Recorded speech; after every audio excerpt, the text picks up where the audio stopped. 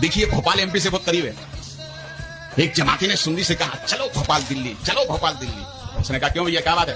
कहा ईमान ताजा करने के लिए। पूजा भैया तू क्यों नहीं चलता? कहा हम तो नबी की मिलाद खा के ताजा करते हैं। सुभान अल्लाह, अरे बोलो यार, सुभान वो अल्लाह। कभी कमजोर होता है तो हुसैन का खिचड़ा खा के ताजा कर लेते हैं, और फिर कमजोर होता है तो गौसे पाक की 11वीं पका लेते हैं, फिर कमजोर होता है तो खाजा की छठी कर लेते हैं, फिर कमजोर होता है तो शाह आलम के लड्डू खा लेते हैं, और फिर कमजोर होता है तो इमाम अहमद रजा के ओस में जाकर ताजा कर लेते हैं। हजरत, मुझे नहीं पता कि आप कौन हैं, बहुत माजरत के साथ मुझे नहीं मालूम है कि आप कौन हैं, लेकिन आपने जो बातें की हैं अभी कि बिरयानी पका लो ईमान ताज़ा, खिचड़ा पका के ईमान ताज़ा कर लेते हैं, दलिया पका के ईमान ताज़ा कर लेते हैं, आपने तो ये बात कह दी। आप जैसे जय्यद उलमा इकराम जब ये बयान करते हैं, जब अपनी ये तकरीर करते हैं, तो जानते हैं इससे क्या नतीजा निकल रहा है अवाम को। क्या वल्लाह मेरा ये अकीदा, हमारा इस चीज पर ईमान है, हम इस चीज को मानते हैं कि बुजुर्गान दीन की नजर न्याज के लिए बिरयानी, खिचड़ा, हलवा, दलिया, मलीदा सारी चीजें पकाओ, फातह पढ़ो, उनके लिए नजर न्याज करो, इसाल करो, ये हमारे लिए बाइस बरकत है। लेकिन आप जैसे हजरात जब तकरीरें कर रहे होते हैं तो जिन्होंने ये बात कहते हैं ना कि सिर्फ खिचड़े, मलीदा और दलिया, तो अवाम फिर सिर्फ इसी पर ही लग गई है। अवाम नमाजों से दूर है, अवाम रोजों से दूर है, हज और ज़कात से जो फराइज अमाल है अवाम उनसे कोसों दूर है।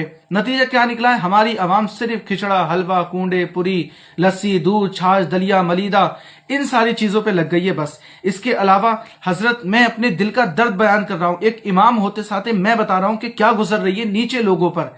आप तो मिंबर पर बैठकर कह जाते हैं कि दलिया बनाओ, फातह पढ़ो, बस मिल गई जन्नत, हलवा बनाओ, फातह पढ़ो, बस मिल गई जन्नत। आपको नहीं पता नतीजा क्या निकल रहा है। फिर हमारी अवाम के जहन में पता है क्या बैठ रहा है? अवाम नमाजों से दूर है, जुमरात को फातह लगवा के सोचते हैं बस मिल गई जन्नत, नमाज, रोजे, हज, ज़कात सारी चीजों से दूर है, पीर को फातह लगवा के सोचते हैं बस मिल गई जन्नत। कोई अगर खत्म हो जाता है तो इमाम का गिरेमान पकड़ते हैं, उससे कहते हैं चल भाई फातह पढ़, 40 दिन तक मुसलसल तू फातह पढ़ हमारे घर पर आके। क्यों नहीं पढ़ेगा? तू इमाम है, तुझे इसीलिए तो रखा है हमने। इमाम परेशान है, वो अपनी पढ़ाई पढ़े, वो अपनी तकरीरों की तैयारियां करें, वो अपनी तैयारी करें, या फिर वो 40 दिन तक मुसलसल सुबह शाम, फजर बाद भी, असर बाद भी घर पे जा जाके लोगों के फातह पढ़ता रहा है। वो क्या करे? आपने हजरत फातह, आप जैसे उलमा इकराम ने अवाम को सिर्फ इसी चीज पर लगा दिया। नमाज रोजे की भी फजीलत बयान करें, हज ज़कात की भी फजीलत बयान करें, फराइज अमाल भी उनको बताएं। आज अहले सुन्नत में अगर नौजवान लड़के नमाज पढ़ने लगते हैं ना तो लोग उनको हैरत से देख रहे होते हैं, अरे फलाना नमाज पढ़ने लगा है। लोग उस पर शक कर रहे होते हैं, कहीं कुछ गड़बड़ तो नहीं है, कहीं ऐसा तो नहीं है कि इसका कुछ चक्कर तो नहीं चल रहा है, नौजवान लड़का बड़ी पाबंदी से नमाज पढ़ रहा है। ये हाल हो गया है अहले सुन्नत में।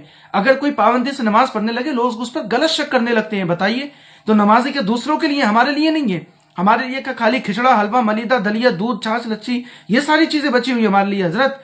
वो सारी चीजें भी हमारे लिए, फलाइज अमाल भी हमारे लिए।